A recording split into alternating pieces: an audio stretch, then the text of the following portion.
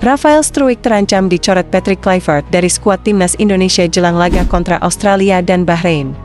Penyerang berusia 21 tahun itu didatangkan Brisbane Roar pada 16 September 2024 dari ADO Den Haag dengan status bebas transfer.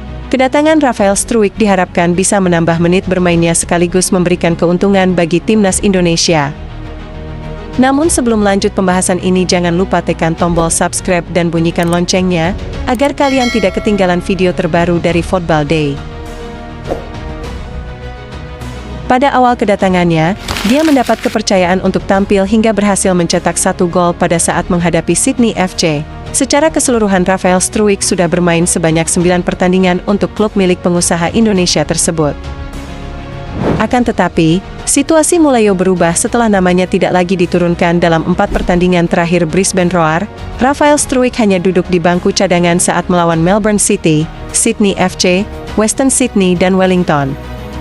Situasi ini tentu saja menjadi alarm berbahaya bagi karirnya di timnas Indonesia, yang dimana Patrick Kluivert menekankan pentingnya menit bermain. Pelatih asal Belanda tersebut mengungkapkan, bermain untuk klub dan tim nasional sangat berbeda.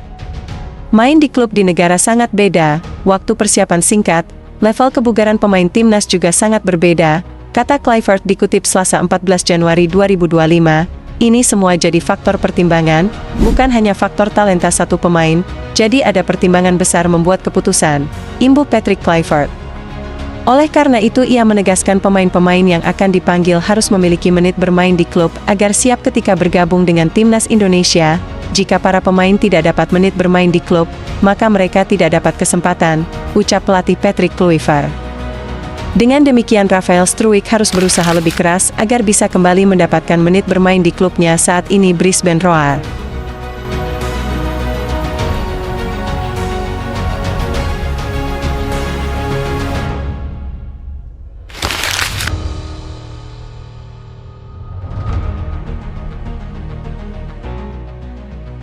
Sementara itu kabar mengejutkan datang dari Serie A.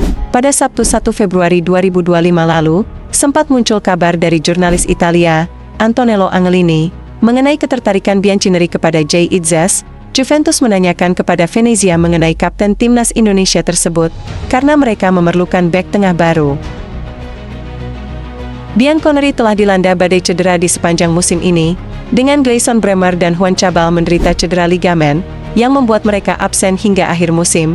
Nama kapten timnas Indonesia Jay Itzes muncul setelah Direktur Olahraga Cristiano Giuntoli gagal bersepakat dengan RC Lens soal Kevin Danso.